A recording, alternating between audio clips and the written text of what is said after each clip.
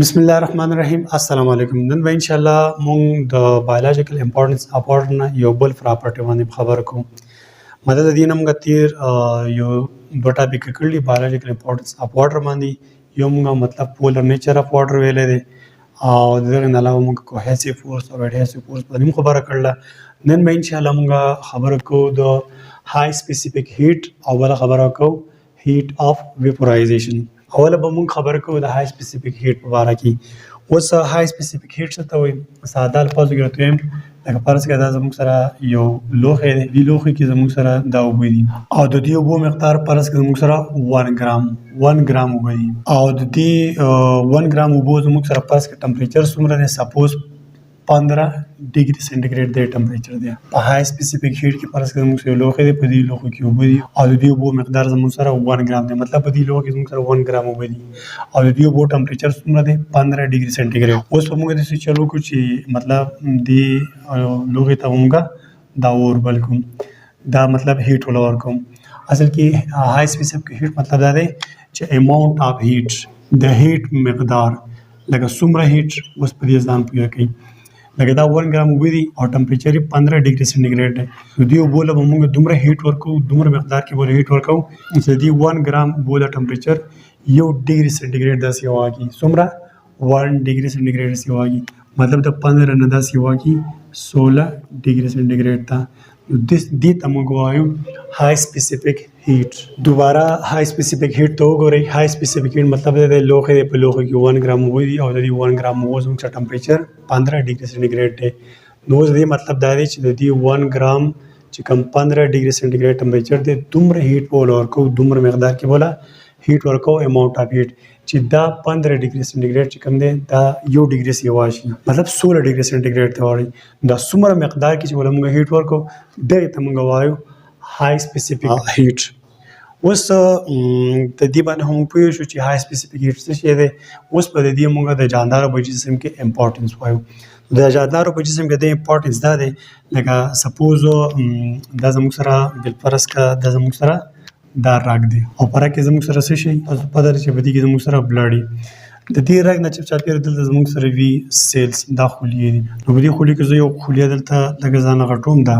نو په دې خلیه کې زموږ سره آلریډي خوراک راغلی دی، اکسیجن ورته هم راغلی.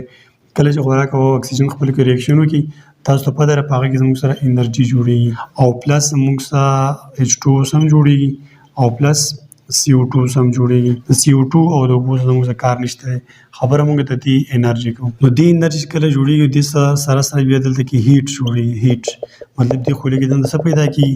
هیټ پیدا کېږي او په دې خولې کې دنده زموږ سره څه شی دی؟ سایټوپلازم دی که نه. سایټوپلازم کې بیا مطلب 70 نه والا 90% پورې بیا زموږ سره اوبه دي. نو دا هیټ چې کوم پیدا کېږي دا هیټ په څوک ابزارب کوي؟ دا اوبه ابزارب کوي. دا بیا چې دا اوبه فرض کړه ډېرې زیاتې ګرمې شوي نو دا به دلته کې د انټرسټیشل سپیس ته بار ته دا هیټ بار ته راوځي. دې خولې نه دا هیټ په شر ته راوځي، دې ته به راوځي، داسې دې ته به راوځي. بیا چې دا ځای کې هم ښه پوره ګرم شو دې نه به بیا چېرته راوځي؟ دلته کې به دې بلډ ته دا هیټ راوړي. نو دې خبرې مطلب دا دی زموږ کوم باډي ټمپریچر دی دنده په جسم کې دا باډي ټمپریچر اصل کې چا ساتلی؟ دا واټر ساتلی دی. ځکه چې په اوبو کې دا ګنجایش ډېر زیات دی. ګوره فرض کړه که تاسو چېرته دا زموږ سره یو لوښی دی دا او په دې لوښي کې زموږ سره اوبه دي اوبه او دې ته تاسو دا چوله لګولی ده، دا هیټ هم ورته ورکوئ. یو په دې چوله باندې دا اوبه ګرموئ او فرض کړه زموږ سره بل دا چوله ده او په دې چوله باندې موږ مطلب یو نری شان ټیم دا ګرمو. نو تاسو وایئ کوم یو شی به زر ګرم شي؟ دا ټیم به زر ګرم شي بنسبت د دې اوبو. دا اوبه خو به په قلاره ګرمېږي. ښه اوس فرض کړه دواړه پسې موږ دا چولې بندې کړو نو کوم یو شی به زر یخېږي؟ واپس به دا زر یخېږي، دا ټیم به زر یخ شي او دا اوبه به په اسانه نه یخېږي. لکه دا اوبه وي دا مطلب ایز کمپیر ټو دس دا چې کوم ټیم دی دا په قلاره ګرمې شوي خو اوس به په قلاره دا واپس یخېږي. نو دغه شان زموږ سره چې کوم په بلډ کې چې کوم واټر دی یا په انټرسټیشل سپیس کې مطلب ایکسټرا سیلولر سپیس کې کم واټر دی یا په خولو کې دلته کم واټر دی، دې واټر ته په مطلب دا هیټ ملاویږي که نه دا به په قلاره ګرمېږي او بیا مطلب که ته ډېر ټایم پورې خوراک هم ونه کړې نو ستا به ټمپریچر به مینټین وي ځکه چې آلریډي زموږ سره مونږ خوراک خوړلې دی، هغه خوراک مطلب میټابالیزم کیږي، دغه توړ پوړ کیږي، د هغه په ریزلټ کې په هیټ پیدا کیږي، هغه هیټ به زموږ سره اورې د خلیې د بدن د ګرمي کی بیا به دې نه هیټ سیوا شو نو بل بار ته بیا ایکسترا سیلولر سپیس ته دلته به راوځي، دا اوبه به ګرمي شي او دې نه به بیا د بلډ کې چې کوم اوبه دي هغه به ګرمېږي. نو په دې وجه زموږ سره باډي ټمپریچر به نارمل برقرار ساتلی کېږي. فرض کا دې اوبو کې دا های سپیسیفیک هیټ پکې نه وي، مطلب دا دی چې دې اوبو ځان کې ډېر زیات هیټ نه جمع کولی، نه ابزارب کولی، نو بیا به موږ هر ټایم خوراک کولی، هر ټایم خوراک دې لپاره کولی چې هغه دننه تللی د هغې توړ پوړ کېدی، هیټ پیدا کېدی، موږ ګرم وي، زموږ جسم 37 ډګري سینټیګریډ ګرم وي. خو الله پاک دومره بهترین سیستم په اوبو کې یو خصوصیت یې پکې ایښودی دی چې بهرحال په یو ټایم خوراک وکړو، هغه خوراک دننه دی هغه به ماتېږي، د هغې نه به انرژي پیدا کېږي او په انرژۍ کې به هیټ پیدا کېږي. دغه هیټ په مطلب دغه اوبه ګرموي او دا اوبه چې دې هیټ ګرموي نو دا اوبه اوس په اسانه एकदम د دې ټیم په شان به نه یخېږي، چې نه یخېږي نو زموږ باډي ټمپریچر به مینټین ساتلی کېږي بیکاز آف دس های سپیسیفیک هیټ. نو اوبو مطلب های سپیسیفیک هیټ ډېر زیات دی، دوی ډېر زیات هیټ په ځان کې جذب کولی شي. دوی چې کومه هیټ ځان کې جذب کړو دا اوس په اسانه بار ته پرېږدي هم نه، ډېر جذب کړلی او په قلاره قلاره به دې بیا لږ لږ ریلیز کېږي. ښه دا خو شو زموږ سره د های سپیسیفیک هیټ په باره کې خبره. اوس به خبره موږ دلته کوو د هیټ اف ویپورایزیشن. ویپورایزیشن اصل کې موږ دې ته وایو لکه سپوز موږ سره دا یو لوښی دی او په دې لوښي کې دا اوبه دي لیکوډ فارم کې دي، دا چې کله ویپرز ته وړي نو دې ته موږ ویپورایزیشن وایو. ښه نو د دې ویپورایزیشن اوس مطلب څه شی دی؟